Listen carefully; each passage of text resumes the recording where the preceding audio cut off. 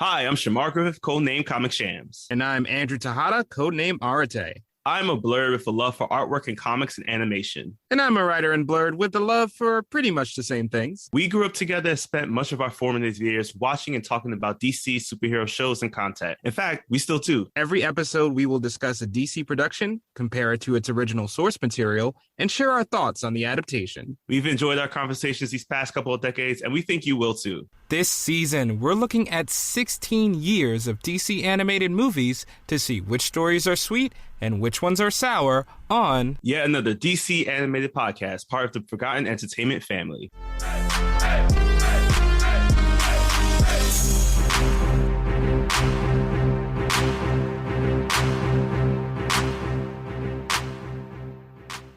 Welcome to yet another episode of yet another DC animated podcast. My name is Shamar Griffith, codename Comic Shams. And I am Andrew Tejada, codename Arate.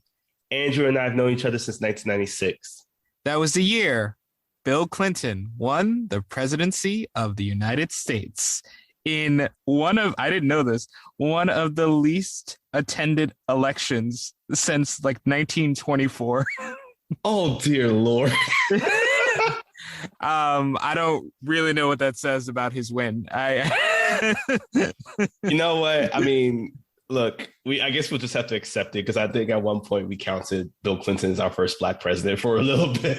We definitely had to. Definitely had to. And the bare minimum was he played the saxophone. I don't understand that. Kids these days don't know how good they had it. Nope. Mm-mm. Oh, man. But we're talking about the presidency because we're talking about, well, this crazy kooky story of when Lex Luthor became president of the United States in our film, Superman and Batman, Public Enemies.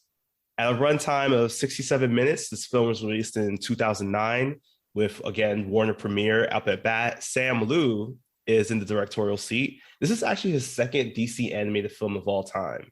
Like, he's done all this stuff before, like the New 52 stuff, but like this was his second one. Do you know what was his first one? Sub-Zero. No. Batman versus Dracula. Oh, I see no relation between these two films. None whatsoever. The main plot of the film is that what happens when the worst man becomes president, leading to our heroes to be seen as villains when a moment of impending doom faces the earth. A story that was later adapted in the 2016 and 2020 chapters of United States of America. Yeah, they followed a little close to the source material for my comfort. I wish they could have taken a little artistic liberty, but you know, I was thinking the same thing. This is really scary. Yeah, I was like, what year is this? This is 2016. This movie is set in 2016. Oh, man. But yeah, so our cast is bringing forward this early adaptation of the story of America. We got, well, first I'm going to get this person's name out the way because there's a trigger warning to this person, what they did. First, we have on our list Allison Mack, who voices Power Girl. And now for the full better list, we have Tim Daly, who's voicing Superman, reprising his role from the animated television series. Kevin Conroy is back again voicing Batman. Clancy Brown is voicing Lex Luthor. Troy from Community may not like this, but I feel that Andrew and I, we both love that LeVar Burton is voicing Black Lightning. Oh my God, what a choice. What a choice. This was so like unnecessarily but good. We also got, before going to be in Avatars 1, 2, 3, 4. Is there a fifth one? Also the James Cameron story? Yeah, I think so. I think James Cameron is going to make this a full syntology. Well, before she goes on to play a character there, we have CCH Pounder, who is voicing Amanda Waller, something that a character she's voiced in several animated productions. And that rounds up our cast list. We have a couple more big names in there. Also, we do have John C. McGinley, who's one of my favorite actors from Scrubs, as we have Dr. Cox is voicing Metallo in a very short but very impactful role of our film. Oh. But yeah, it's wild. This whole story is just scary wild, honestly. But now it's time. It's now time to get into Superman, Batman, Public Enemies. As we hinted before, the movie opens in 2016, where there is massive foreclosure, economic downturn, people looting. I mean, the first few minutes of this movie, I'm like, you're not even doing a fictional story right now. You're just. It's not. Like they even had like the shanty towns. Like yeah. This is the extent of my social studies knowledge right now. I remember this, the Hoovervilles back in like the 19 during the Great Depression. So it's great that you brought 1924. Yeah, I love it. It all comes full circle. Oh Lord. And right away, we're questioning the rating of this movie because as they're mentioning Luthor running for president, a newscaster jokes like, yeah, I'd like that as much as I'd like a poker up my ass. And I'm like, what are we rated? Where are we now? What year is this? Definitely 2009. And I think this is a PG film. I think this is a PG film, y'all. So that's why they had to blurt out the curse words, not because it was television within television. Yeah, really pushing that PG rating. Mm-hmm. So just like 2016, Lex Luthor wins the presidency and he recruits a few heroes to stand by his side. Those include Atom, Black Lightning, Katana, Power Girl, and more. He's got super powered friends, except for the Big Blue Boy Scout. Mm-hmm. Who we immediately see as he is taking part in the high-speed chase, or rather, he just stops a high-speed chase because there's nothing really faster than Superman, clearly, at this point in our film. As he picks up a car and makes sure that it doesn't crash into any of the other cars that is like barreling towards. At this moment, as Superman is has the car in his hand with the driver who is ready to not go to jail by any means necessary, this is when he's confronted by Captain Atom, Major Force, and Power Girl, who are all telling him that he needs to apologize for the tweets that he said to him. I mean, the things that he said about Lex Luthor in the past. Yeah, and I love during the scene, at one point, the gunman threatens to turn the gun on himself, and Superman extremely casually, no rush at all, gets rid of the gun with some laser vision and goes like, okay, you can continue the conversation now. Sorry about that little whatever that was. Superman is such a G in this movie. But again, it also gets scary because at one point, Power Girl, to make her argument for why Superman should join them, she goes, Lex Luthor made things boring again. I did not exaggerate that line. That is the line from the movie. And we need to talk to the writers because they knew some stuff. All right. They knew comic writers are time travelers. I'm 90% sure of it. The point they're all trying to make, these heroes that have sided with Luthor, is that bad guys can do good. And they can do good with Luthor if they just side with him. And Superman refuses. And it turns out this is a pretty bad time to refuse because something is threatening the Earth that isn't Doomsday for once. But it is traveling in a very similar means compared to what we've seen in similar adaptations of Doomsday's arrival, as a giant meteor is heading towards the Earth. It is a meteor of pure kryptonite. For fans of the movie Meteor Man, this is where I'm guessing you'll kind of get a little bit of a sense of what we're envisioning here. But this is a giant ass meteor that in the comics is actually described as the size of Brazil. And at this point, Luthor, along with his team, is monitoring the situation. Amanda Waller's by his side, telling him that we need to figure out a plan. And Lex decides that the best plan that we must have is to send a bunch of missiles towards it to destroy the meteor. And I can't help but think about Don't Look Up. Oh yeah, Don't Look Up fully stole the plot from exactly. It's the same movie. Yeah. So yeah, he has this missile plan, and Superman and Batman are observing things. And Batman immediately, I love how Batman's like, screw NASA. Like, I got my own contingency plan. Don't even worry about it. I'm working on something. Let Luthor do whatever he wants. But at the same time, Luthor does reach out publicly to Superman, to the world, saying, Superman, we need to meet up. Let's discuss. So the president and the Big Blue Boy Scout meet in the shadiest absolute part of town, which should have tipped everybody off that something was not right. Yeah, and Lex tries to act like he's on the up and up, trying to be like, I'm just trying to compromise because even though I have faith in my plan, my team doesn't. So I'm just trying to do this for the sake of my team. And it's just like, when has Lex ever done anything for the sake of anybody else? But at this moment, this is when Superman is feeling a little bit weak as he's moving closer to Lex. And this is when Lex reveals that one of his bodyguards is actually one of Superman's greatest villains, Metallo, a person who, upon dying, unfortunately gets turned into a science experiment, turns into an android-like being that has a full kryptonite heart that does affect Superman. And this leads into an all-out brawl between Superman and Metallo, with Lex Luthor being pulled away because Superman had to push him in order to fight Metallo. Yeah, and I've seen Metallo in different forms and versions. This by far is the best fighter version of Metallo I've ever seen. We get chainsaws, walking through fire. There is nothing that is going to stop this man. At one point, he throws Superman into a graveyard as a preview of what he can expect if he keeps up this fight. And I do love that Superman pulls out headstones and uses them as projectiles because somebody is going to come back in 2 days to see the grandma's headstone and be really, really upset about what happened here. Oh man, that caretaker fee is gonna go.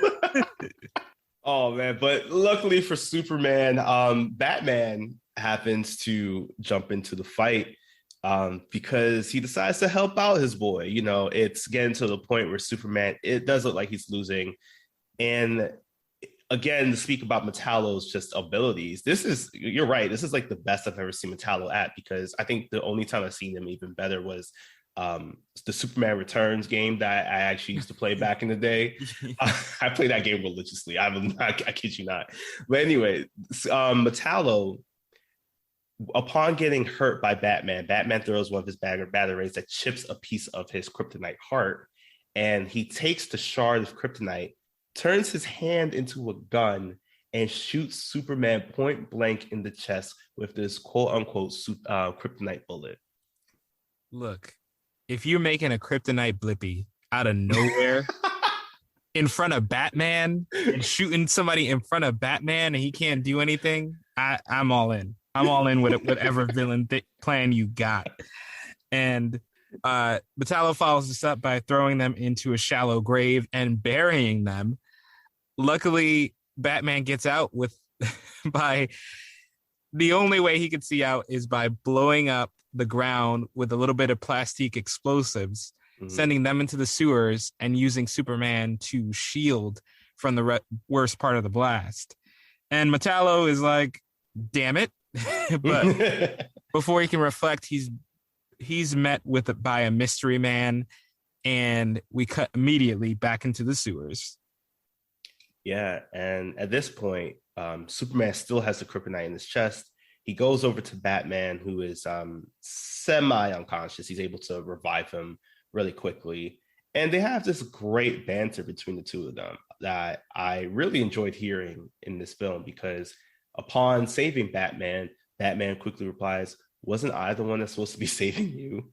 And the two of them start their journey as they start heading to the Batcave. They're talking about old villains that they faced off against, like Magpie, and Superman's wondering what happened to all the good villains, and Batman's questioning what the hell is a good villain.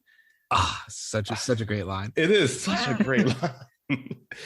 And then they finally make their way to the Batcave, where they're greeted by Alfred. Oh, you mean Alfred Shoddy? Alfred and Shoddy, ready to blast them, because he couldn't tell it was Superman and Batman from 10 feet away, apparently. But how can you not tell the most jacked individuals in this film? Right? I was like, you can't see that it's clearly him. I do want to take a quick second to point out that another thing I really like about the sequence is how banged up both of them are. Is usually, one or the other is banged up, not both, but they're both so banged up. And in order to access the Batcave and get to Alfred, they have to take away this electric fence. And Superman rips it, gets electrocuted. And the animation here is so good.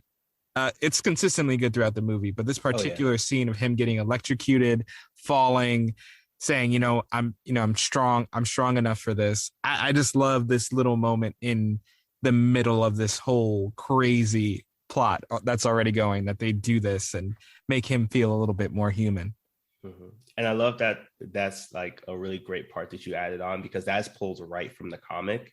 And it's something that I thought was, again, tying it into their conversations, their banter with one another, is really what, to me, made this movie, because of the fact I feel like they really bounce off of one another. And it's not just because it's Superman and Batman, but also because it's two individuals who have very similar backstories when it comes to their own upbringings, and not just the Martha moment.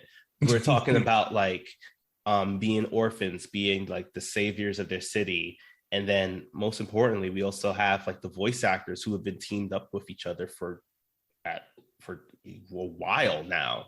Like, they have been side by side joking and pairing off of one another for quite some time in their animated series. So that relationship, I think it just like really formed out really well in this film here. Yeah. And it just continues throughout almost every line. I want to call out their exchange, because they just have such good chemistry.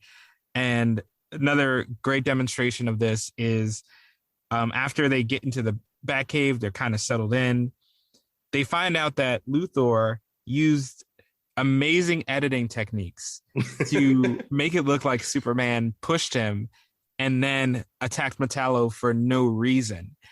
And they also have Metallo's smoking body. So now Superman is framed for the murder of Metallo. And at one point he turns to Batman and says, like, you were my witness the whole time. You could verify. And Batman just gives him a look, and Superman goes, oh, yeah, that's not going to work. I love that. That. All right, so glad we know we can never call Batman on as a character witness. Yeah, no, that's not going to work well for you. And I do have to point out, again, everybody in this movie is a straight up gangster. But Luthor, the bounty on Superman's head to bring him in, $1 billion. We about to hunt Superman. You got some kryptonite? Because come on now, $1 billion just to bring him in? I'll take it. Yo, facts. Yeah, look, I'm sorry. Look, I will do it. I will help break down Superman for that amount of money. So now we've gotten to the point where basically our heroes are, being targeted. So Batman and Superman decide, now knowing of the incoming meteor and also to check in on what happened truly to Metallo, they head over to Star Labs and they come across Metallo's remains, scrap metal? Scraps? Yeah, let's call them scraps. Scraps. Okay. So yeah, we come across Metallo's scraps. And upon checking it out, this is where they see that, like, well, it looks like Metallo was hit by like a high level of heat, very synonymous to a heat vision blast. But then Batman pulls out his Geiger counter and realizes that there's a lot of radioactivity emanating out of Metallo's remains. So this is where they're realizing that, like, nah, this can't be it. They have the proof here, because Superman's heat vision is not radioactive in any way, shape, or form, which does make me question, what the hell are they now? Safe. I don't know. I wouldn't get in the way of them, but apparently they're safe. I'm not taking my chances. Yeah, no.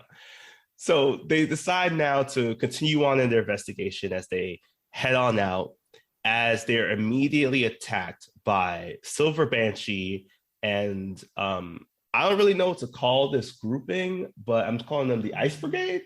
Yeah. I went Cold Crew.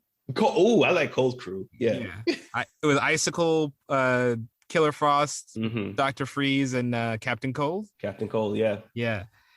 The animation here is just unfair, because when Silver Banshee attacks Superman, his face ripples with the sound waves. come on, I have never seen that. I've literally never seen that. And it's amazing. So in order to stop her, he takes her up to the upper atmosphere until she runs out of oxygen. And then he comes back with a quick laser assist to take out the entire cold crew in one shot. And that's it. They're done, right? Nope. Because literally everybody and their mom starts popping through as we have, a villain who actually doesn't get as much animation time, I realize. Mongol comes through along with Solomon Grundy. And Mongol, I swear, this dude is like, he actually might actually be our most jacked character of this entire film, even though everybody's already jacked their linings. Oh yeah, he's going for it. There's still one more candidate later, but we'll get to him. So Mongol takes on Superman as Solomon Grundy is fighting against Batman, and this is a crazy scene here because Solomon Grundy is basically drowning Batman in a nearby fountain. Meanwhile, Batman is like picking up little by little that something's different about Solomon Grundy. But we don't have much time to talk about that because we're seeing the overall like explosive fist fight between Mongol and Superman right now. And I loved it. Oh, yeah. Yeah. And at one point, they started to read my mind because I was like, what is Mongol going to do with money? And Superman literally asked Mongol, what do you want Earth currency? What is that about? And as he narrowly beats Mongol and Batman plays dead until he can get advantage on Solomon Grundy, his knees are the strongest in the world because somehow he's able to knock Solomon Grundy over with his knees. It's at that point they realize with Shiva coming, with Nightshade coming at them, someone is pulling the strings, and they look up and it's Gorilla Grodd. Come on, that is a good plot twist. That is. I was not expecting it, and I love the fact that they were timing it in with like the way how everyone's speech patterns differed based off of their previous fights with them. That was a good way to just like figure that out. And our world's finest team here, after Superman gets caught by Nightshade, Batman uses his grapple gun to wrap it around Gorilla Grodd's neck. I want to say, okay, cool. He went for the head. He went for the head. Damn. So as he went for the head and brings Gorilla Grodd, he's pulling at this rope to bring Gorilla Grodd down. Superman's just like, pull at it. So he does, and Superman grabs the rope, and that's where the Gorilla Grodd fell like 70 stories. King Kong has something on this guy. Oh, man. So now this is just basically our fight here is coming to its close until we have Lex's Heroes, which is, again, the team of Captain Atom, Major Force, Katana, I believe, is also on that team, Black Lightning, and Starfire. They all come down to, and they seem as if they're going to help, but this is when they reveal that they're actually here to bring Superman into custody. Whether or not it was for the bounty, I don't know, but like I'm 90% sure it was. Oh yeah, they got to make some extra money. Power Girl. Let's quickly address the Power Girl window in the room. Window. Yeah, the Power Girl uses her traditional outfit. It is very chest focused. And one of the cases where they didn't need to be this authentic, because in every scene it seems like she's framed to show off her assets, and it comes back later in the climax, believe it or not. We are aware. Just want to let you know, we are aware of it. It's a lot. It's a little too much. But that's where the movie wanted to go. But besides Power Girl's design, she is still questioning her loyalty to Lex. She doesn't believe Superman had it in him to take out Metallo. So she really is questioning, going back and forth on what Superman is capable of. And even through all this, there's still a battle to be fought. So Black Lightning, I'll give him, I love that he got a chance to show off his skills. He held his own. He was not disrespected in this fight. Thank God. But eventually, Superman needs to call it. He needs to call it a day. Yeah, so So Superman again decides it's time to call this fight. So he creates a massive tornado, blinding everyone, bringing some people up. And as they fall down, that they realize that Power Girl is missing, along with Superman and Batman. So we hop on over onto the Daily Planet, where Power Girl and Superman are having a pretty frank conversation about what's really going on. Like, why did she join up with Luthor? And in a really great scene, even Batman appears. They asked her just straight up, like, when you're in the room with Luthor, how does he make you feel? To which she replies, he makes my skin crawl. And they respond with, make sure to always trust your instincts.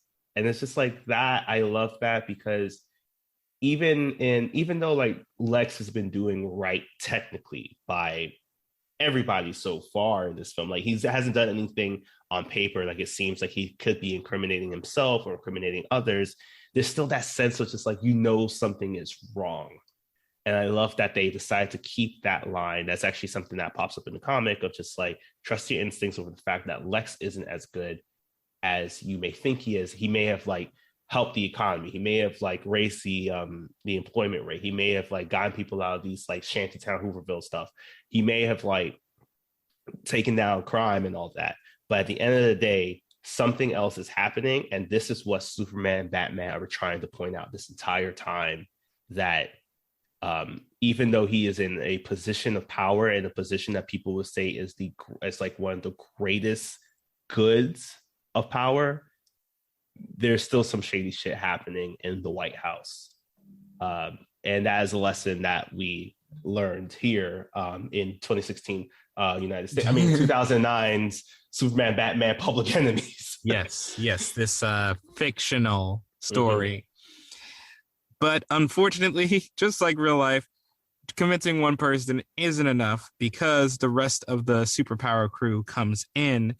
And although Batman is able to get Force to confess to being the one who actually took out Metallo, the battle still rages on. And Power Girl, really motivated to do good, hits Force so hard that it punches a hole through his body and sends out all this energy spiking everywhere. So Black Lightning contains him, and Atom absorbs him, which kills Force, it seems like.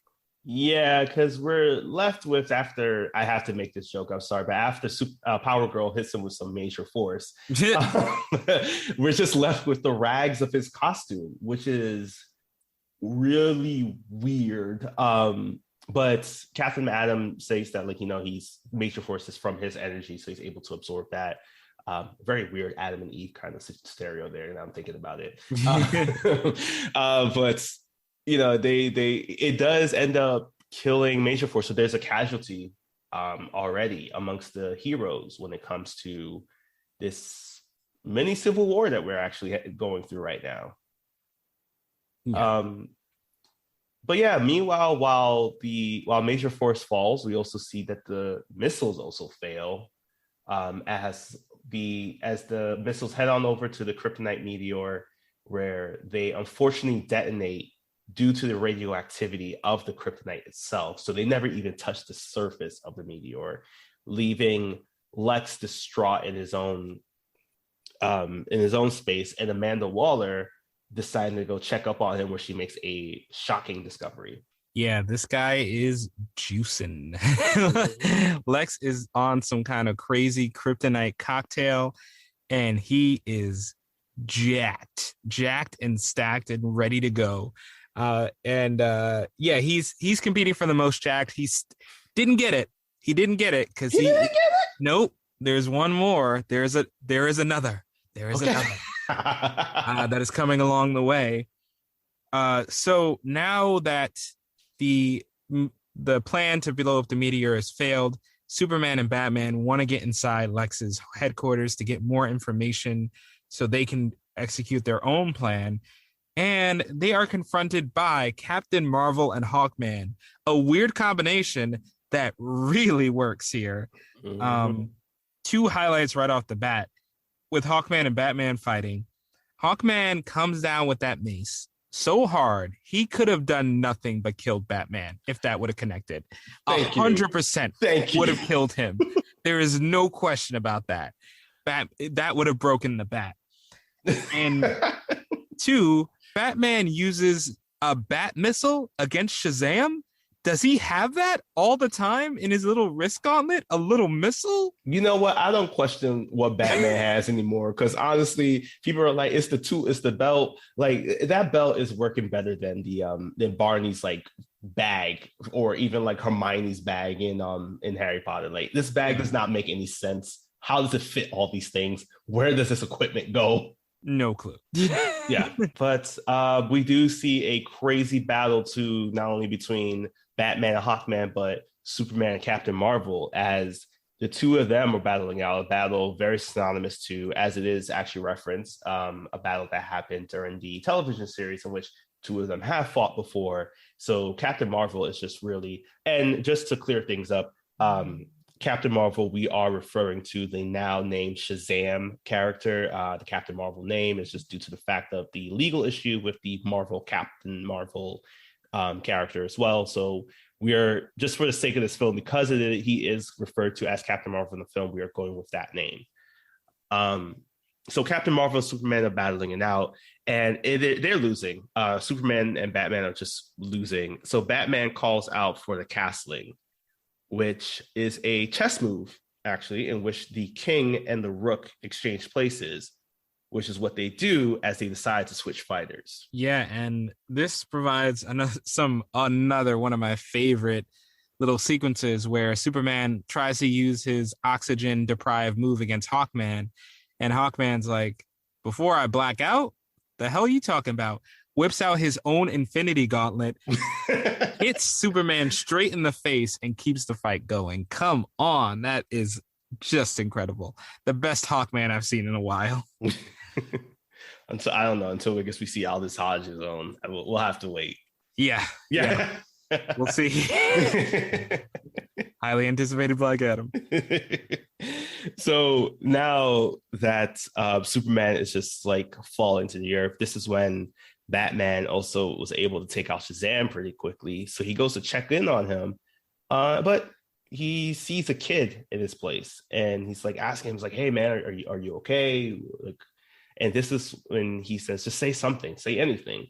So the kid we know is Billy Batson, Shazam, and brings forward the lightning, knocking out Batman, as we see that Hawkman and Captain Marvel are standing over the bodies of Batman and Superman, signifying their possible defeat here. And going right after this is the best joke in the movie, where Lex is sweating from all his kryptonite cocktails, but he says to the American people, "Don't worry, everything's fine." Immediately cuts to everybody looting. Oh my God. This is incredible. This is incredible. I love like the reassurance, does nothing. Everyone sees right through him. And they had good reason, because as soon as Amanda Waller comes in, Lex Luthor pulls a Matt Lauer, locks the door, and tries to make some moves on Amanda Waller, because he decided, you know what? I'm going to let this meteor hit, actually. And I'm sorry, the Matt Lauer got me. He's got the secret button. He's bald. Like, I'm telling you, it's the same spot. Corporate wants you to find the difference between two pictures. You won't, because it's the same. Damn. Same person. He's trying to get all of them in one. Oh my God, this movie is doing too much now. Yeah. So he alludes to a boy in Japan could help, but he's refusing that help because he wants to essentially restart the world. With Amanda Waller, Luthor has a type, I guess. And by that, I mean crazy government official. And Waller refuses these advances, and she's just thrown off. But before they can absorb Luthor's insane plan, Hawkman and Captain Marvel walk in And as soon as they walk into the light, it's revealed that Superman and Batman have borrowed the costumes. And here is where we get the most jacked, because Batman as Hawkman has the 16-pack required. He's also throwing Lex Luthor enhanced with kryptonite around the room with one hand. This is the most jacked character. All right. You know what? You're right. I forgot that Batman basically was shirtless during this film and basically showed us that like he does put in the work. He does not only do leg day. Apparently he does every day. Everything, every day. And I have to ask you a question, because this did stick out to me. When they were getting into costumes, how did Batman get those wings? Aren't they attached to Hawkman? Yeah, they should be. Okay, either we have a lot of questions for Hawkman or very more questions for Batman.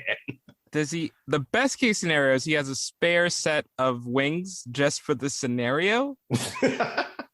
He actually does cosplay as every single Justice League hero. Let's make that canon. Yeah. Batman cosplays as everybody, so he's always prepared to dress up as any other hero. Oh gosh, this now makes you think that he probably has a Power Girl outfit. He definitely does. Boob window. Yep. It's there. Yep. So now that they've been throwing around Lex like a little rag doll, this is where Batman as Hawkman is telling him that he needs to give them over all the secrets of the information that they required from what they were trying to do to take down the missile. So at that moment, Lex decides, I'm just going to delete all the information, as Batman uses the mace to slam the computer to try to stop the deletion. But I'm just like, that would probably make it delete even more. Yeah, you just deleted the whole hard drive. It doesn't really matter what happens on the software. But luckily for them, Amanda Waller comes through with somebody and she presents a flash drive with all the information that they decide Batman and Superman to take over to Tokyo to give all the details to the person that really truly can help. At the same time, though, Lex runs on over to put himself in his Lex suit. And I do love this one moment here, because even after Lex has been proven that he's committed treason, crimes against humanity, blah, blah, blah, there's one general who knocks on the door very pleasantly to say, Mr. President, are you all right? No, sir. This is a moment of a no-knock warrant. Like, you need to get in there. Yeah, I love that little detail. The one guy is like, "Hey, you okay there, buddy? Did you not hear his whole plan to kill the world? No, get in there. Damn it." Oh gosh, I don't understand. Some of these side characters just have some great dialogue for no reason. No, I absolutely love it. So as the generals and remaining soldiers are getting destroyed by Lex in his suit, Batman and Superman travel to Tokyo, and I do love immediately when they see this huge tower. Batman's like, I got the money to build that. Yeah, I could build that if I wanted to. If I felt like it. But I don't feel like it, so whatever. It's not a big deal. Don't make a big deal about it. Dude, you can come after anything in the world, but don't come after Batman's ego and money. So they arrive in Tokyo, where they are greeted by Power Girl, who is working alongside, or at least was talking with their person in Japan, and she says that she had to keep her distance. She just did not like. In fact, she actually threw hands at their contact in Tokyo. So this is when, upon entering, we're greeted by Hero, who is our new version of Toyman. He's like this 13-year-old kid with an IQ of 210, who says that he does want to apologize to Power Girl. I hope that he's hoping that she's still there, because unfortunately he did not know that at the time that she was walking in that he still had his X-ray goggles on. Sure. Yeah, sure. So they know their time is of the essence, so they're just going to let him get away with this one. And he reveals that he has a rocket. They brought him the coordinates and the information, the data he needs. And the rocket is half Batman, half Superman, because when he built it at age 7 or 9, he was into hero worship. I can't lie. This is insane, and I love it. It makes no sense, but this is what I come here for sometimes. Yeah, it's a cool design though. I will say that it had both sides, and I love the little the logo because it's pulled right from how they did it in the comic as well. And so as they are preparing themselves, this is when Power Girl hears something going on outside, and she is immediately, unfortunately, attacked by Lex Luthor, who has arrived in his own power suit to try to once again take down the Rocket and to stop Batman and Superman from intervening with his plans. And he gives everybody the business. Like, everybody gets these hands. They are free 99 today. And for a second, it really looks like he's got this. He destroys the autopilot for the rockets. He rocks Superman and Batman. But at the last minute, Batman rappels up to get to the top of the ladder and climb into the cockpit. And just another small thing about this movie I love, because we get a lot of conflicts where it comes down to two big bad guys punching each other. And here the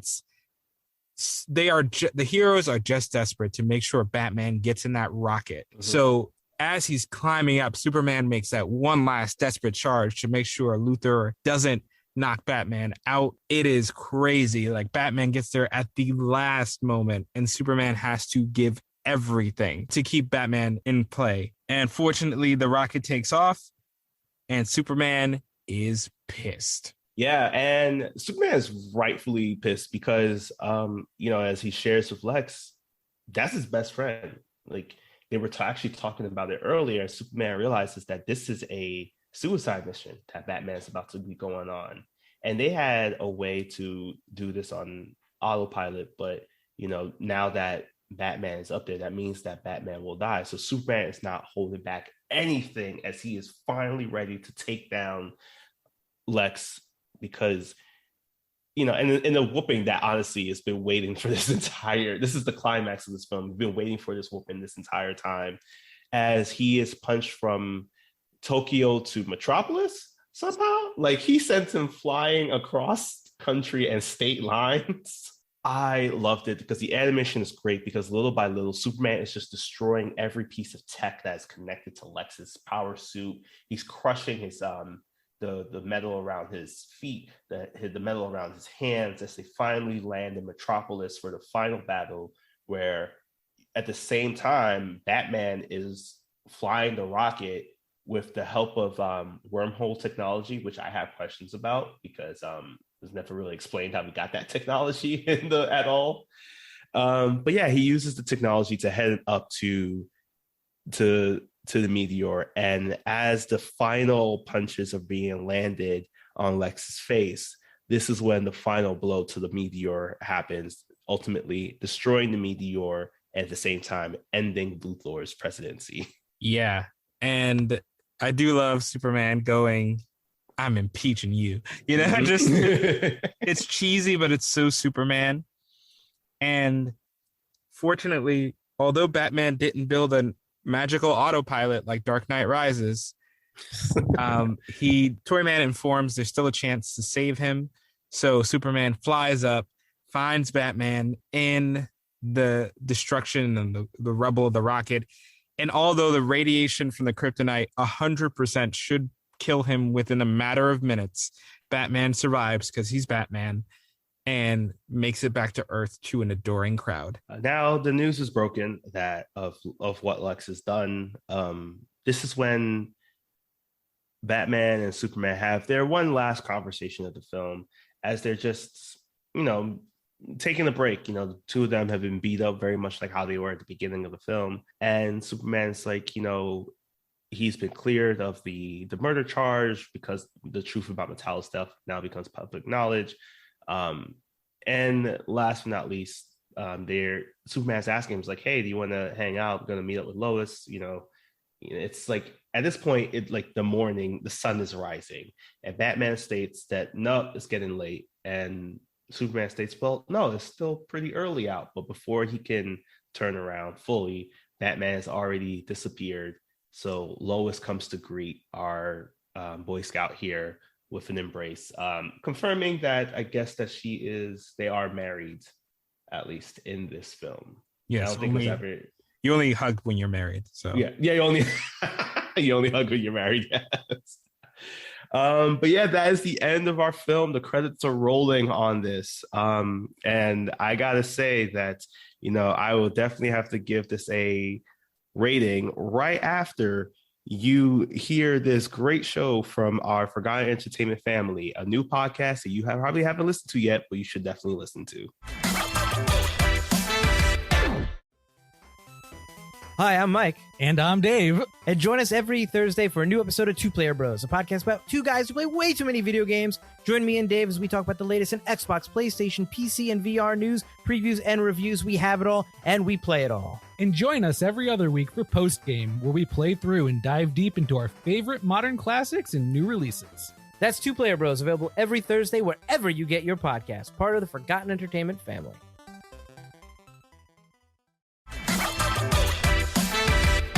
All right, so that was a show that you should be listening to next time. But now back to our movie. What is this movie from 2009? Is this movie still sweet or has it soured over time? look, this movie is insane. You got a Batman Superman rocket. You got Batman putting on Hawkman's wings somehow. Mm-hmm. You got Metallo messing up a graveyard. And because this movie is so insane, it is sweet. This movie is bulletproof, in my opinion. You can't hurt it with any kryptonite meteors because this movie is comic book lunacy to the max. I love what it's doing. I love how insane the story gets. And really, even though there's definitely some things you could make fun of, overall, this plot is very unique. We have seen a lot of these. We have done a lot of these. And there's a lot of stories that are brought back and remixed and everything. But here, having President Luthor try to destroy the Earth with a meteor so he can start over as this supreme, powerful god amongst men is insanity. It's so fun. It's so refreshing. And it gets all these hero villain fights without a lot of explanation. So there's a huge roster of characters that can just show up. And I think even though we make fun of our design, Power Girl gets a lot of time to shine here as, first of all, just having a plot to begin with. I can't remember the last time I've seen that.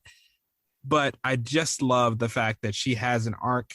She has a journey as this fresh-faced hero that wants to do the right thing, but has to struggle with duty to her country or duty to her instincts and her friends. So overall, with its themes, it's just willingness to have fun and relationships between characters. This is just as sweet as the day it was released. How do you feel? Man, I gotta just echo everything that you said, man, because this is certified sweet. Like, there ain't nothing sweeter than this. This is so sweet, you may want to slap your mama. Like, this is wild. Like, I was not expecting. Again, this is probably one of the shortest DC films I think we've ever watched. That's 67 minutes. I remember looking at the timestamp and was thinking, like, man, what can you actually do in an hour? Like, there's most of the time you gotta go to an hour and a half, maybe hour 15. But in an hour, they knocked it out the park. Like, I think it's one thing that I love also was just like the rise and the fall of Lex Luthor. Like, that to me was a great way to show that story of just like everything that was happening, what he did, why he won the presidency, why he won the hearts of others, and then how it was immediately taken away just within an hour of us watching, but like a span of time in their time. And, I think the other reason why it's sweet, because somehow, even though it was made before, it's a pretty satirical look at the Trump era. Like, it is wild. Yeah. Down to every bit of social commentary here about do you trust your own morals versus do you trust the morals of one person who has a past of not being great? Yeah. And where do you lie? Where do you feel? Where do you vote? Where do you trust? They captured that perfectly. They captured it so well. Well. Yeah. This is a movie that I forgot was this good, and I'm so glad I got a chance to watch it again. This may be something that I do watch again. I might watch this on July 4th, to be honest. I think that this is a great thing. They really adapted the story from the comics really well. There's nothing that I would even change about this because of the fact that it's a good relationship of Batman and Superman. It pulls from so much great kind of storytelling, and everything flowed seamlessly. The fight scenes, 100%, some of the best choreography that I have seen, especially that little, just like it was very short, but that little hand-to-hand combat between Batman and Lady Shiva. But also just like the fights that were happening in general, I think everything made sense. Like I was thinking of like, oh, how did Silver Banshee actually take down Superman? It's like, oh, well, her powers are magic in origin a little bit. So it does make sense why Superman's a bit vulnerable to that. Everything made sense. Everything flowed. So that's why this movie is sweet. Yeah. If I had one Arate alteration, it's this. More lines for LeVar Burton as Black Lightning. That's it. That's all I want. I that's all I can request. We're just gonna make a spin-off where it's just an animated adaptation of the entire Black Lightning CW series, but LeVar Burton voicing Black Lightning. I'm gonna call him right now. I think he'll say yes. I don't see why he would refuse. Yeah. I mean, I think he's doing Trivial Pursuit now, but he can do both. Both. Yeah. All right, so that was our movie. Now it's time for that comic book knowledge, because again, this is a movie based off of a great series of comics of actually a very similar name. Is when Batman and Superman, they were teamed up a lot in their comics, first starting some of the world's finest, and then teaming into just calling it Batman Superman or Superman Batman. We're still trying to figure out the title card. So yeah, this was actually a part of the introduction arc of the comic that was created by Jeff Loeb and Ed McGuinness. And it actually is adapting the first arc, which takes place over 6 issues of this Superman Batman comic that the first issue was in August 2003. And then the story took place until January 2004. And I mentioned this before. It is very similar to our film. We got very similar characters, very similar plot transition. And unfortunately, Lex does become president of the United States of America. But as always, I need to share the what the fuck moments that have happened in this comic, or we'll call it simply for the kids because this is still PG. WTF differences that this comic has. So first off, we got Corbin, who we were introduced to in our film, aka Metallo. So in our film, he is one of the people that Lex hires who ultimately gets into a confrontation with Superman and Batman. And then he unfortunately gets killed. Superman's blamed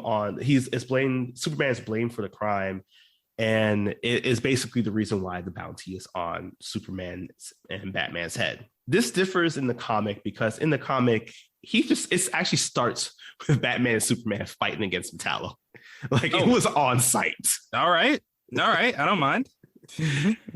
And it's very similar, the fight style, the locations, everything, what's the name? Metallo even having that Blippy with the kryptonite bullet and everything. But the main thing that does differ is what is the aftermath. So Metallo doesn't die in the comic. He isn't killed. He isn't. It's not some kind of part of some grand scheme by Lex to frame Superman for murder. He actually just disappears eventually from the comic. But he still has a major plot point because the real reason why Superman meets up with Batman is because Superman finds evidence from Star Labs that Corbin, during his previous life, before getting turned into Metallo, was a petty criminal who owned a pistol, and that pistol was used during a murder in Gotham during a certain week of Bruce Wayne's young life. Oh, his quinceañera? Yes, when Bruce Wayne became Oh my gosh. Yeah, I guess a little bit of Batman's quinceanera. But yeah, so it's heavily implied that Corbin is the one that kills Bruce's parents back in the day. It doesn't get addressed much except for one moment in which Batman expresses some anger to Superman for not telling him, even though Superman was like, I was just heading over to tell you when we both got smacked by Metallo. Guess that's fair. Right.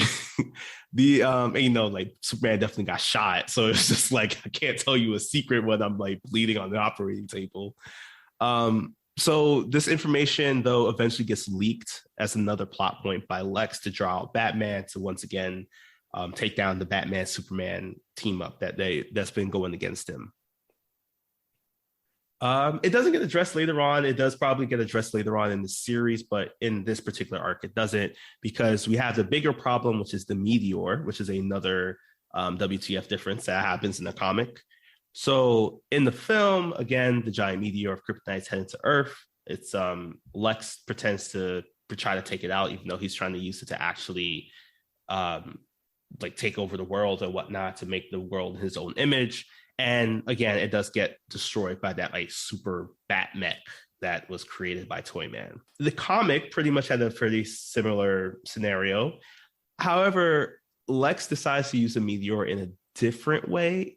This is where he actually uses it to frame Superman for crimes against humanity. He states that because Superman came to Earth, everything that he has done since then has brought competition and things like kryptonite to Earth.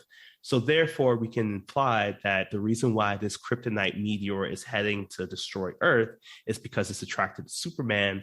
Therefore, despite everything Superman has done, this is a crime against humanity. So we could put a $1 billion bounty on his head for the crimes against humanity in this case. Little elaborate, but all right.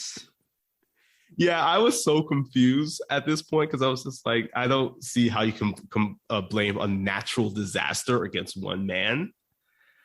But Lex did it. The people believed it. It's very synonymous to 2016 on a lot of things, but that's besides the point right now.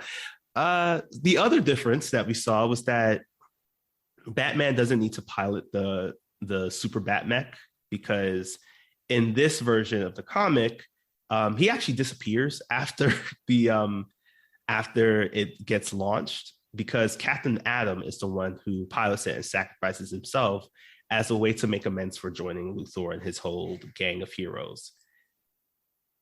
And there's this really great dialogue in which he's like talking about his own story and basically snitches on everything that Luthor did.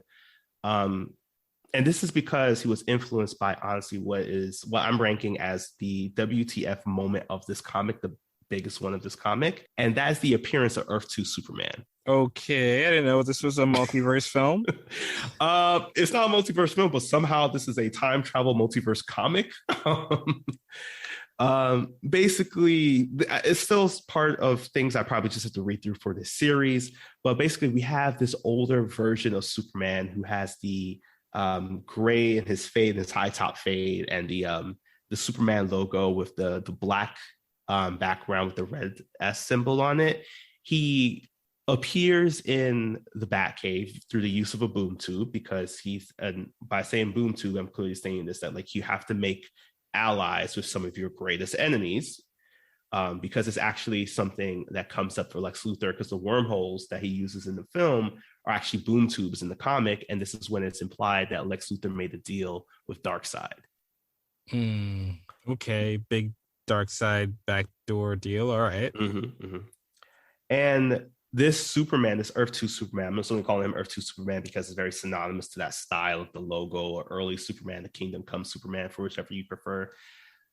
He's basically trying to stop Batman and Superman from moving forward with whatever plan that they were trying to do with destroying the meteor, because he comes from a reality where upon that meteor hitting the Earth, it actually kills everybody except for Superman, even despite the plan that they had of what they thought at the time would have worked.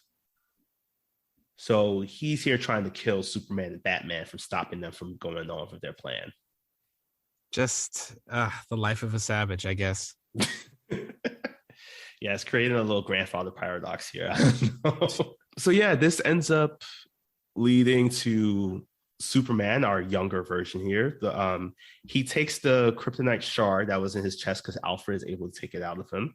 He grabs Alfred's shotgun, puts the kryptonite shard in it, and blasts the Earth 2 Superman, this doppelganger of his, causing him to disappear from reality, seemingly dying, but it's proven that he's still alive when Captain Atom, who also at one point sacrificed himself, not just injuring himself to take down Major Force from earlier in the film and in our comic, Captain Atom goes to this alternate reality future to meet this other Superman.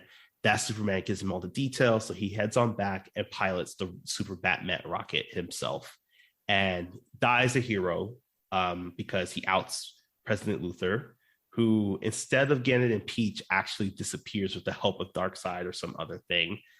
And that destruction of the meteor leads to a continuation of the story that I can share, but not today because it is a big plot point for something else coming up. Great, because that is way too much for this story. Just a simple story about a couple plucky guys trying to take down the president with a meteor, you know? Got real complicated there. Yeah, I have no idea where they were going with this. I'm excited to read this now because it's like I read bits and pieces of this comic from when it first was coming out, but I didn't really finish the series, which ran from 2003 to 2011, I believe, right before Flashpoint Paradox. So yeah, I'm excited to see where the hell they decided to take the story of like what happened to Metallo, what happened to Luthor after he disappeared, and why the hell we have an old Superman with a high top fade and graying hair. The questions the people demand to know. But yeah, that wraps up our episode for today. Stay tuned for next time as we continue on our sweet and sour tour as we discuss the actual part 2 to this film, Superman Batman Apocalypse, which I think was also the name of like the 2017 era of the Trump era. Yeah. I mean, oof. But in the meantime, take care of yourselves and remember to, I guess, never make America boring again. Yeah, and if you are out trying to save the world, please pack your imitation Hawkman wings. You never know. You never know.